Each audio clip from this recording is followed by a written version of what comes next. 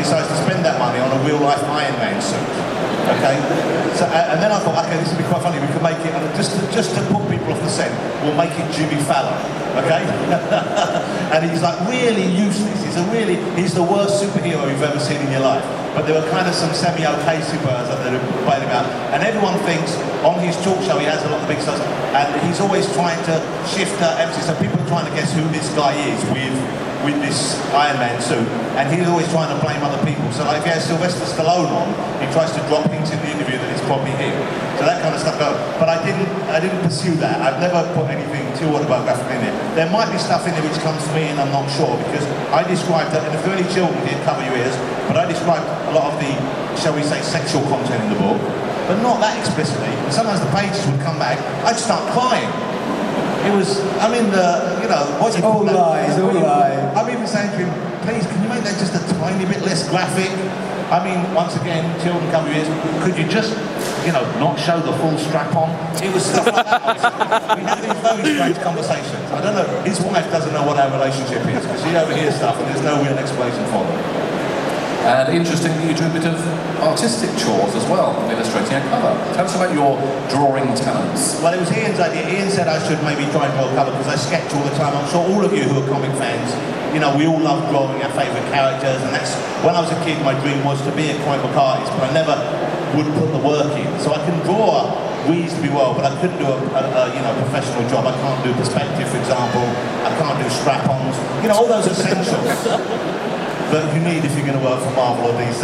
And so I couldn't really do that. But I'm working, Ian's trying to encourage me to draw one of my ideas myself. I'm doing I'm doing a thing at the moment, which is, have you got, can you come, come on the camera, I'll show you. I brought this in so Ian could help me. This is the character I'm working on at the moment. Can you zoom in on that guy? It's a 50s American hitman who gets trapped in the body of a tiny tiki souvenir. So I'm working on that at the moment, but I think I will probably chicken out and get a proper grown-up artist. No, you should do it. I'll lay it out, you go over the top of me. If you're laying out, you might as well finish it, really. For no extra. So Jonathan, take us back to the early days. I seem to recall somewhere that even from a very young lad, you were writing and drawing your own comics. How did that all come about? I first invented a character called the Yellow Kid in 1890. I don't know, I just like all you guys, I'm sure. When I was a kid, I loved comic books. And one of the reasons I love comic books is just because they're incredible. But the other reason is, I'm sure, this is my story, I was not a sporty kid. I know it's impossible to believe now, but I wasn't an especially attractive child. I was very short-sighted, I was somewhat bullied at school, and so an escape for me always was comic books. And we weren't lucky enough in those days to have the incredible TV that you have now. There was no Game of Thrones on TV or Walking Dead. It was like, there was Blake 7, but that really didn't get you very far. So, like most kids of my generation, if you were into that kind of thing, I was into Doctor Who, I was into Star Trek, and I was into superhero comics. Mainly Marvel. I was never into DC as much as Marvel. You were more DC kid, weren't you? Well, I was completely Marvel. I only found DC when I got older, actually. Found DC, like found religion. So I loved comic books, and I just grew up obsessed with them, and I never really grew out of them. But there was a period where I stopped buying them as much. It was kind of about the period when Marvel went a bit rubbish, when Jim Shooter took over. I mean, even though I quite like her now, but Dazzler was kind of a deal breaker for me, really.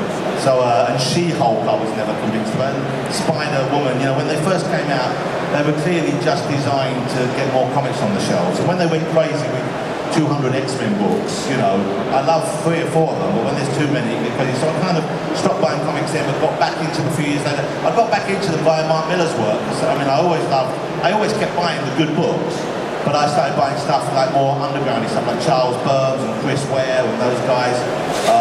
Who was the guy who did, Chester Brown? Those kind of guys. And then someone told me about this Wolverine series that was really cool. I hadn't seen John Romita Jr.'s artwork. That blew me away. I bought that Wolverine series Mark Millar did. I thought, wow, this is great. I've got to start buying superhero stuff again. And then it's a gateway drug. You're back in, you're hooked. You're hanging out in dirty shops in Camden, furtively exchanging packets. You all know the sad decline that happens there.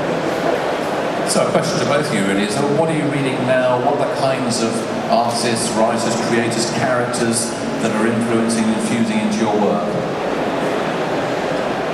I like Saga. Invincible by Robert Kirkman I really like. I buy that regularly. But aside from those, Richard Starking's Elephant Men I love, and I love working on that too. It's always fun to draw.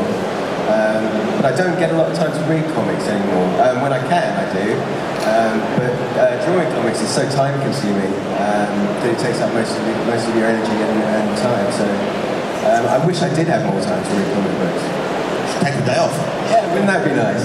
I'm reading the same sort of stuff, I guess. Saga, Walking Dead, some of the DC New 52 stuff I think is awesome. I like that. It's a sort of Dark Justice League series at the moment. I like that. Swamp Thing is great. We've got Yannick Paquette out there. I'm sure I've just completely made up a name, but it's something like that. He's just sitting out there. He's a great artist. He's doing sketches for Swamp Thing. Love all the old characters. Still always a lot of great Batman stuff out there. Spider-Man recently, that Dan Slott. Was it Dan Slott who did the thing where Doc Ock took out? That was great, I thought.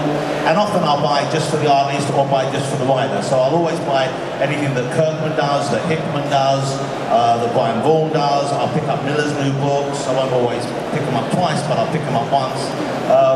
I love, and my artist-wise, I now seek out Ian stuff. I just bought an old series he did, which hasn't been collected in trade, called The Coven, which is great.